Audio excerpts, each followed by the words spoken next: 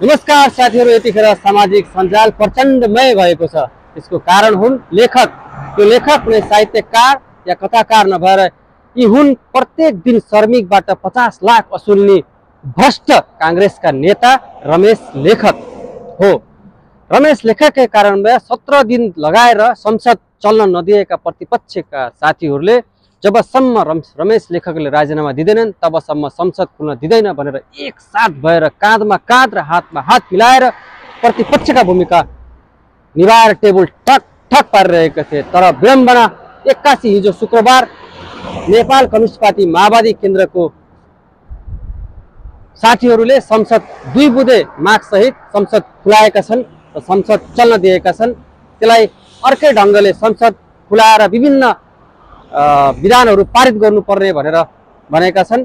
यदि विधान पारितै गर्नुपर्ने थियो भने 17 दिन किन समय खेर फालेको? प्रतिपक्षलाई साथ दिने आशा देखाएर किन धोका दिएको? प्रतिपक्षका साथीहरूले जुन साथीहरूले धोका पाएको छन् उक्त साथीहरूले प्रचण्डलाई छेपारोको उपाधि दिइरहेका छन्। अब हेर्न बाँकी छ कमरेड प्रचण्ड के साँच्चीकै छेपारो हुन् या उनको दिमागभित्र के नयाँ जाल चलिरहेको छ।